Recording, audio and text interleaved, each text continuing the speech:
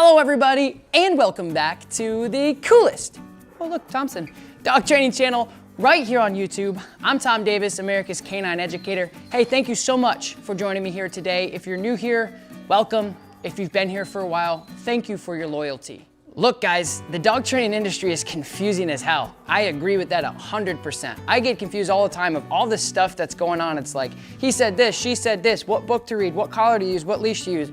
I'll be the first to tell you, I don't know everything either. I'm just trying to give you guys as much information as I possibly can to help you and your dog.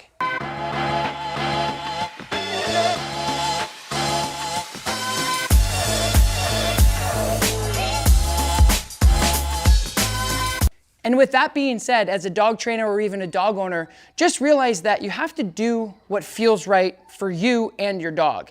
If you're reading something or you're watching training or you're doing something in training that just doesn't make sense to you, don't do it. It's that simple.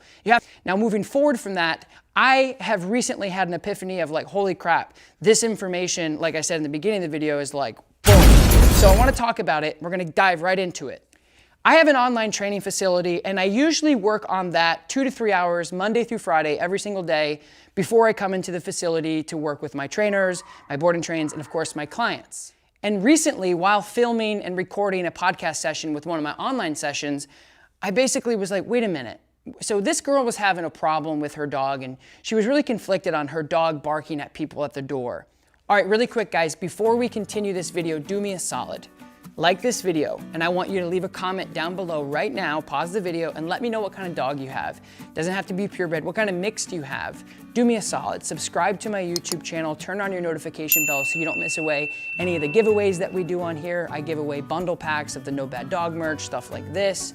So do that right now and I'll wait. Okay, thank you guys so much. I appreciate it.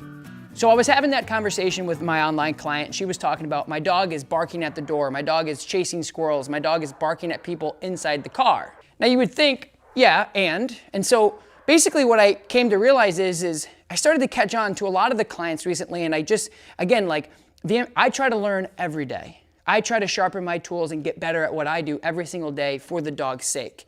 If I'm not getting better, then I'm staying stagnant, and I hate that. So for me, when I started gathering this information over the last couple of weeks, I think just maturity and experience, I started to look at things through a different lens and realize certain scenarios, and I'm able to then distribute it in a different way I never have before. She's like, well, how is the training, the training isn't working. I'm very frustrated with the training. And this is something everybody deals with, every dog owner, every trainer. And I just literally just came to the surface and it clicked. I'm like, wait a minute. You actually think that your dog is supposed to act this way all the time. Your dog is actually supposed to act trained all the time.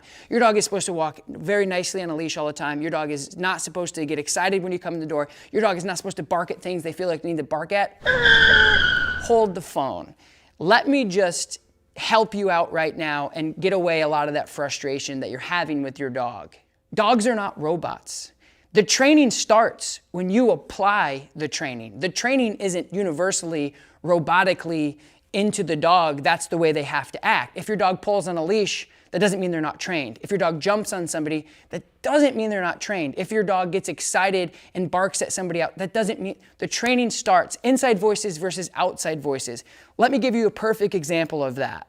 You're a kid in a car, or you're a parent with kids in the car. You're on your way to Disney. The kids are really excited, but they know they can't act a certain way in the car. Inside voices versus outside voices. They get to Disney, they go crazy. They go nuts, right? Inside voices versus outside voices. We know that you want to act this way during this time, and that's okay. You're a kid. Hey, guess what? You're a dog. You're allowed to bark. You're allowed to pull. You're allowed to get excited. You're allowed to whatever. It doesn't, you know what I mean? That's my point. Is it just kind of came to me that a lot of my clients recently, and probably for the last couple of years, have been like, oh, my dog is still doing this and still doing that, and that's not training. That has nothing to do with your dog getting excited because your significant other, your kids, your family member came over. Doesn't mean your dog isn't trained. That's innate, that's primal. You're never gonna take that away from them. You're never gonna tell a fish not to swim. Your golden retriever is at the door and dad comes home and they get excited. Oh, why do they get so excited? We've been through training, we've done this, that's not training. The training starts when you then try to apply your training to that certain scenario or behavioral situation. And I'm here to tell you and end a lot of the frustration you're having. It's when you say, okay, buddy, hold my hand across the parking lot with your kids. It's when you say, okay, you're in Disney World, do whatever the heck you want, go crazy, eat candy, I don't care. But when we come home, you gotta listen to me. You gotta hold my hand. You gotta pay attention. You gotta go to bed on time. You gotta wake up for school, etc. That's the same thing as a dog. Like if they're pulling on the leash, like my dogs go, if I wanna walk my dogs, and they want to go out for a walk and they've been in their crates because I've had a crazy day with meetings and whatever, and I let them out, I'm going to let them pull me all the way and then all the way back. That's not training. That's not, my dogs aren't trained. And when people are looking at me like, wow, those dogs are crazy pulling, and I'm like, no. The training starts when I go, hey, heel, let's go. And they, boom, and they get right into place and they walk beautifully loose leash no matter how long I want them to walk. And that's where the training starts. So if your dog is barking at the door, your dog is pulling on the leash, your dog is still doing some of these behaviors, you're not training to take that away. You're not training for those to never exist anymore. That's unrealistic and unfair, and ultimately going to create a lot of frustration in your relationship with your dog. And for an example, if we did a board and train with your dog, and we spent 2 weeks on regular basic obedience, and you walked out that door and you didn't say break or heel or anything to tell the dog, this is what I want you to do, and they pulled you, it has no infliction on us, it has no infliction on the dog. It just means that you didn't prepare the dog or tell the dog what you want them to do. They know what to do, they know how to act, they know what you want them to do, you just didn't apply it.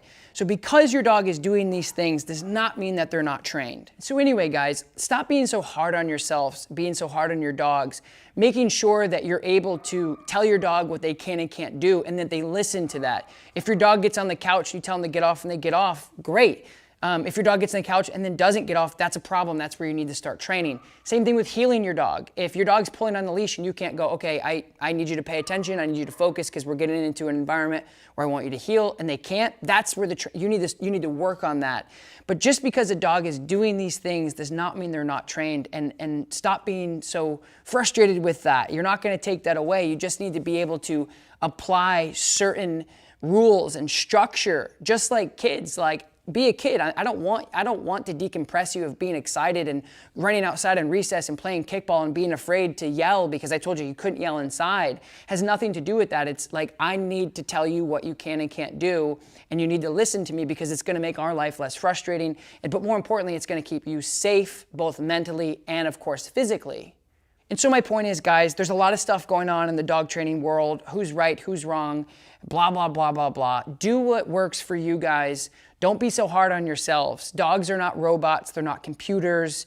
Remember that. Train when you can train, making sure that you're applying your training in the scenarios that you need and not trying to decompress your dog to be like a perfect dog all the time, to make sure that the dog understands clearly what you want and that you can apply it when you need it. It doesn't apply all the time. Dogs are not computers. We cannot program a certain way within reason. So anyway, guys, don't be frustrated with it. I know it's a confusing place for a dog owner and dog trainers or anybody that just wants information. Just remember that if you want to train a certain way, that's completely fine. Everybody has their right to train certain ways. I respect everybody's opinion. I respect everybody's ability to train dogs in different ways. That's totally cool. And dog owners and people out there on the internet worlds, just remember that do what works for you. Just because somebody is doing something differently than what you're doing or they don't believe, that's okay.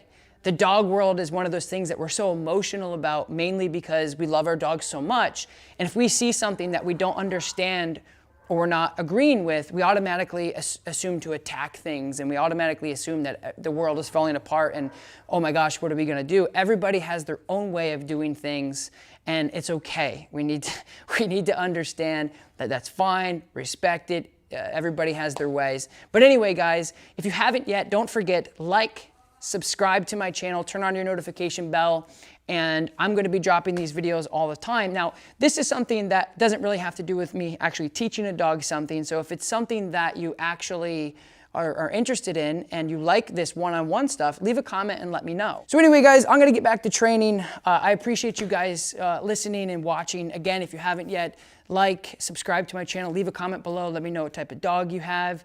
And I hope this information was valuable. I will talk to you next time. Peace.